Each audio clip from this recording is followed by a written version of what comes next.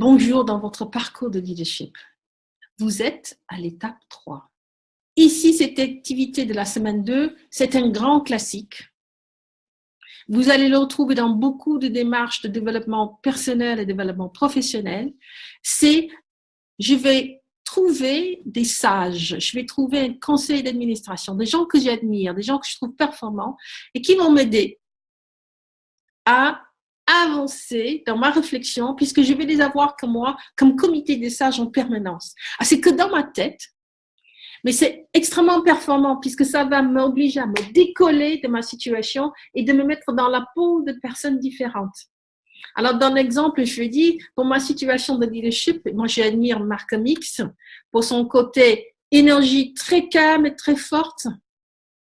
Oprah Winfrey qui a débordé d'émotions et qui a amené toute l'Amérique à se mettre en question, se poser des questions et à lire des livres toutes les semaines. Et Steve Jobs, puisqu'il avait plein d'idées, il était extrêmement visionnaire et qu'il avait une volonté pour arriver jusqu'au bout. Voilà, ça c'est mon comité de sages. Vous voyez, quand je vous parle de mon comité de sages, vous avez déjà beaucoup d'informations sur moi et ce que je souhaite faire. Et en même temps, quand je prends une situation particulière, je vais passer par chacune de ces 3 personnes, ça va me donner un point de vue différent et peut-être un point de vue que j'aurais ignoré. Et quand je suis dans ma journée, ils vont me donner des messages sur comment faire face à cet enjeu-là. Je me suis décalée de ma situation.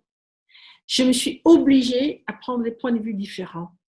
Et cela, d'avoir du recul, d'avoir des points de vue qui apportent, c'est l'avantage de cette activité que vous allez faire. Ça vous prendra maximum 5 minutes par jour, tous les jours pendant la semaine 2, pour dire, je prends le temps pour amener toutes mes ressources pour confronter ma journée.